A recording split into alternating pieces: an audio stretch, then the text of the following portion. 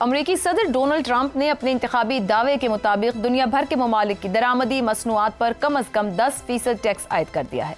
25 ममालिक पर जवाबी टैरिफ लगाया गया है। पाकिस्तान पर 29%, भारत पर 26%, चीन पर 34%, जापान पर 24%, यूरोपीय यूनियन पर 20%, बरतानिया, ब्राजील और सिंगापुर पर 10-10%, कंबोडिया पर 49%, जनूबी अफ्रीका पर 30%, इंडोनेशिया पर 32%, वियतनाम पर 46%, ताइवान पर 32%, जनूबी कोरिया पर 25% टैक्स लगाने का ऐलान किया है।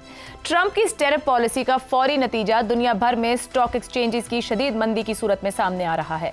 यूरोप और एशिया की मुतादिद मार्केट्स की तरह पाकिस्तानी स्टॉक एक्सचेंज में भी नए हफ्ते के पहले रोज कारोबारी रोज शदीद मंदी का रुझान रिकॉर्ड किया गया। पीर के रोज शंघाई से टोक्यो और सिडनी से हांगकांग तक तमाम बड़ी स्टॉक मार्केट शदीद मंदी का शिकार हुई। खुद अमेरिका में सिर्फ 2 दिनों में सरमायाकारों के 60 खरब डॉलर डूब गए। एशिया एक ऐसा खिता है जो आलमी सतह पर फरोख्त होने वाली बहुत सी अशिया तैयार करता है और उन्हें बरामद करता है। यही वजह है कि एशियाई ममालिक सदर ट्रंप की जानिब से अमेरिका दरामद होने वाली अशिया पर टैरिफ आयद होने से बराह रास्त मुतासिर हो रहे हैं। एशियाई मंडियों में जापान, जनूबी कोरिया, हांगकांग, यूरोपीय मंडियों में बरतानिया, जर्मनी, फ्रांस के स्टॉक एक्सचेंजेस मंदी का शिकार हुए हैं। कनाडा और मैक्सिको की मंडियों पर भी मनफी असरात मुरत्तब हुए हैं। चीन ने कहा है कि अमेरिका की तरफ से उठाए गए इक़दामात बुनियादी इक़्तिसादी उसूलों और मार्केट उसूलों की खिलाफ वर्जी हैं। तिजारती महसूलात को इंतहाई दबाव के आले के तौर पर इस्तेमाल करना यकतरफा तहफ़्फ़ुज़ पसंदी की एक मिसाल है। बयान में यह भी कहा गया है कि अमेरिका मौजूदा बैनुल-अक़वामी इक़्तिसादी और तिजारती निज़ाम को तबाह करने के लिए महसूलात का गलत इस्तेमाल करते हुए अपने मफादात को आलमी मुश्तरका भलाई पर तरजीह और दुनिया भर के ममालिक के जायज़ मफादात को अपने तसल्लुत पसंदाना एजेंडे की तकमील के लिए कुर्बान कर रहा है। ये सारी सूरत हाल 2 बड़े सवालों को जन्म दे रही है। पहला, क्या ट्रंप बाद दूसरी जंग अजीम की टैरिफ पॉलिसी में इतनी बड़ी तब्दीलियां लाकर दुनिया को एक नई आलमी कसाद बाजारी की तरफ लेकर जा रहे हैं? और दूसरा, ट्रंप की इन पॉलिसीज के खुद अमेरिका पर क्या असरात होंगे? क्या अमेरिका को एक मरतबा फिर 1900 ग्रेट डिप्रेशन या 2008 वाली कसाद बाजारी का सामना करना पड़ सकता है? इसी मामले पर गुफ्तगू करेंगे। सवाल इस तरह से, ट्रंप की टैरिफ पॉलिसी, एशियाई और यूरोपीय स्टॉक एक्सचेंजेस मंदी का शिकार, क्या दुनिया नई आलमी कसाद बाजारी के दौर में दाखिल होने जा रही है? ज़ैगम साहब।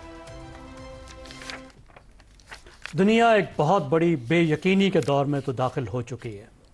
इसके नताइज क्या निकलेंगे ये हमें देखना होगा, क्योंकि ये एक ऐसी सूरत हाल है जो एक सदी के बाद में पैदा हुई है। वो अंग्रेजी में कहते हैं ना, bull in a China shop, यानी चीनी के दुकान में, चीनी के सामान की दुकान में अगर भैंसा घुस जाए, और फिर वो भैंसा भी कौन है? ये वो भैंसा है जिसने ये आज का माशी निज़ाम तश्कील दिया है।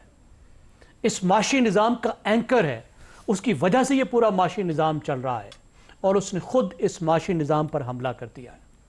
और उस हमले से जो नताइज आ रहे हैं वो आपके सामने हैं। खुद अमेरिका की जो स्टॉक मार्केट है वो दिसंबर से अब तक 20% तक गिर चुकी है।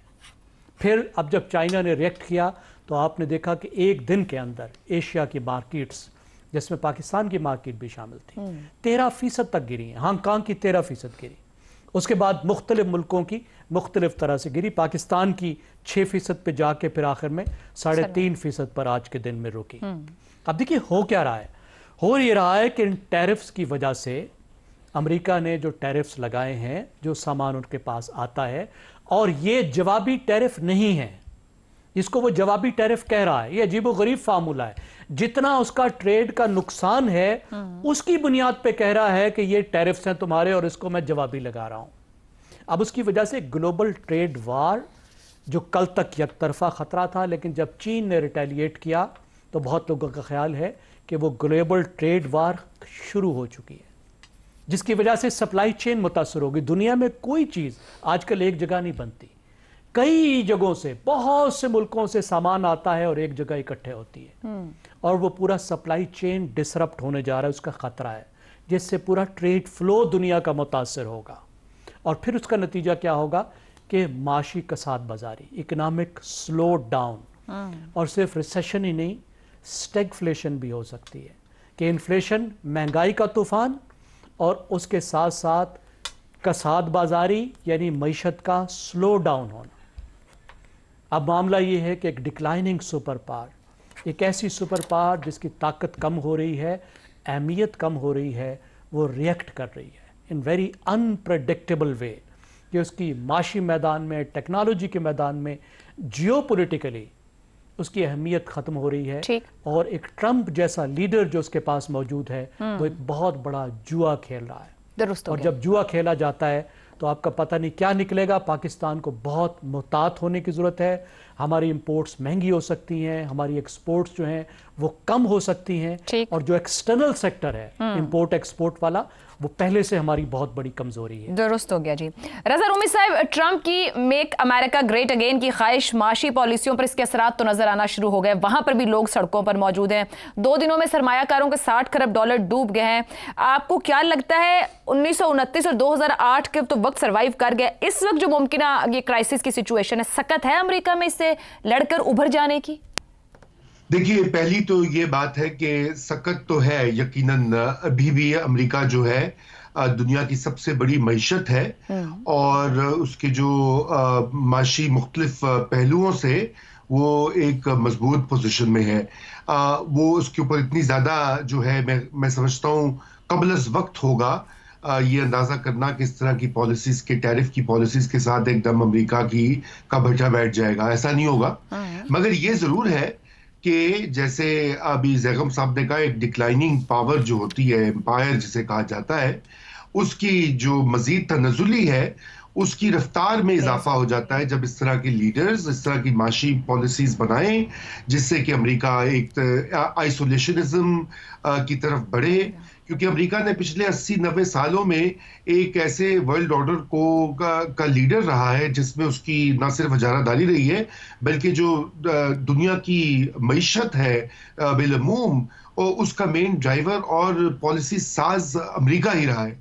वो इस वक्त बदल रहा है, तो ये भी एक जो है अमेरिकी जो इंटरनेशनल स्टैंडिंग है उसके ऊपर भी बहुत बड़ा असर होगा, और अमेरिका का जो रोल है ग्लोबल इकोनॉमी में वो भी श्रिंक कर सकता है। लेकिन ज्यादा अहम जो मसला इस वक्त जो अमेरिका के अंदर जो बहुत बेचैनी और इज़्तिराब है वो इन्हीं खदशात की बाइस पर है कि यहाँ पे कसाद बाजारी का जो प्रोसेस है वो अगर स्टार्ट होता है तो लोग अपनी नौकरियां खो देंगे।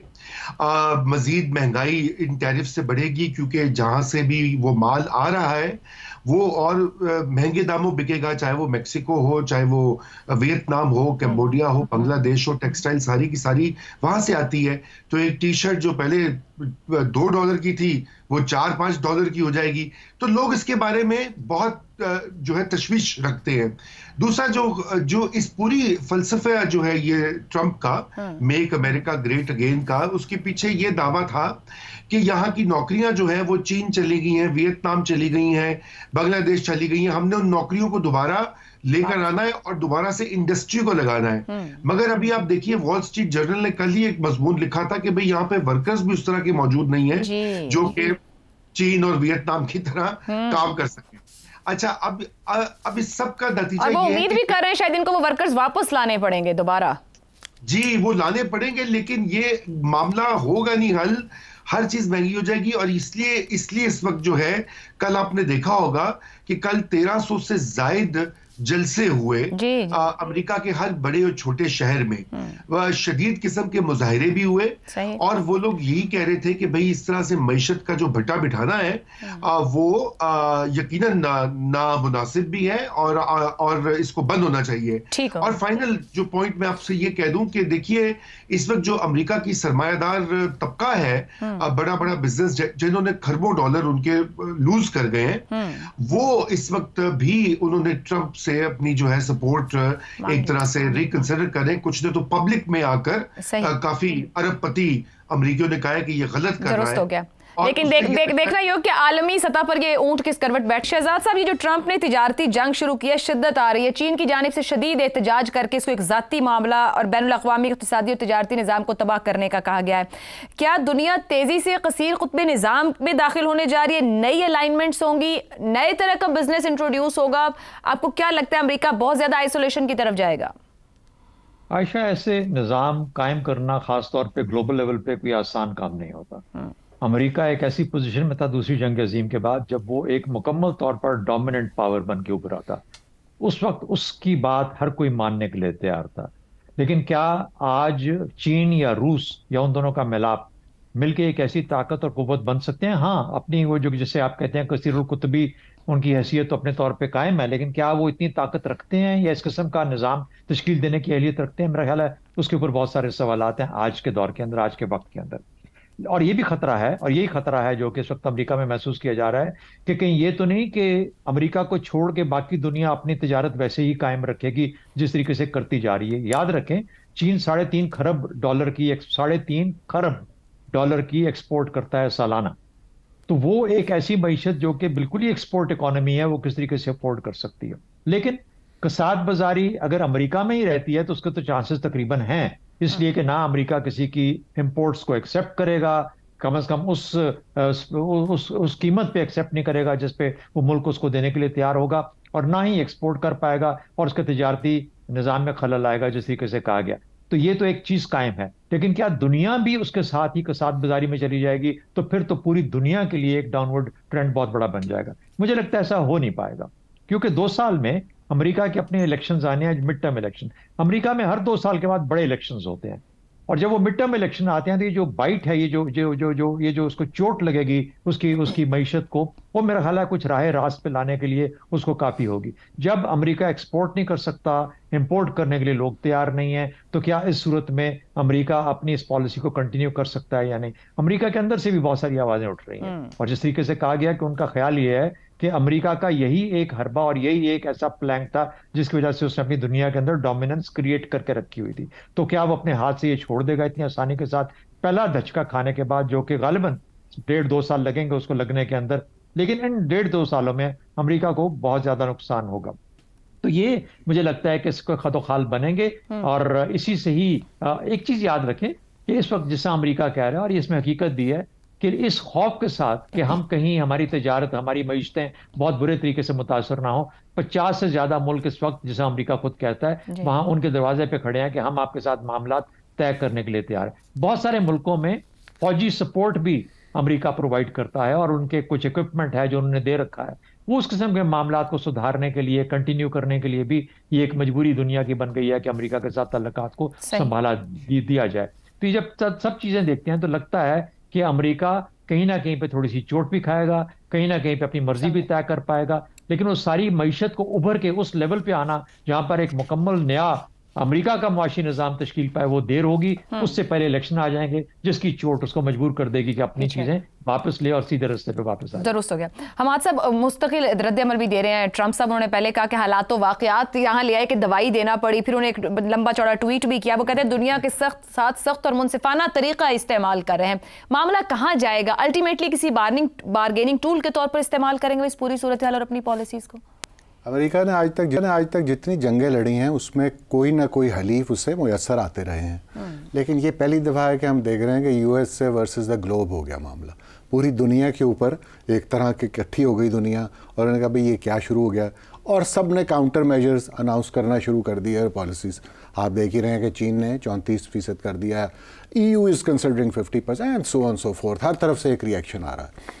ये कड़वी गोली जो है, ये मेरा ख्याल है सबसे पहले तो इसकी तबाहकारियों पे तवज्जो देनी चाहिए कि ये कड़वी गोली किसने निकलनी है। यानी उनके अपने 6.6 ट्रिलियन डॉलर्स ये डो जोन्स और नैस्डैक वगैरह ने लूज़ किए हैं। ये अमाउंट तरह इस पर गौर तो फरमाइए कि ये क्या हो रहा है वहाँ पर, और इस जिन मकसद के तहत ये सब कुछ किया जा रहा है, यानी अल्टीमेट जो एम है, यानी मकामी इंडस्ट्री को तहफ़्फ़ुज़ देना और उनको मैन्युफैक्चरिंग अपनी बढ़ाना, ये गोल क्या इससे अचीव किया जा सकता है? ये तो कॉस्ट ऑफ प्रोडक्शन का मसला है। ये तो नहीं कि आप अगर खुद सस्ती चीज़ नहीं बना सकते तो आप दूसरों की चीज़ें भी महंगी कर देंगे।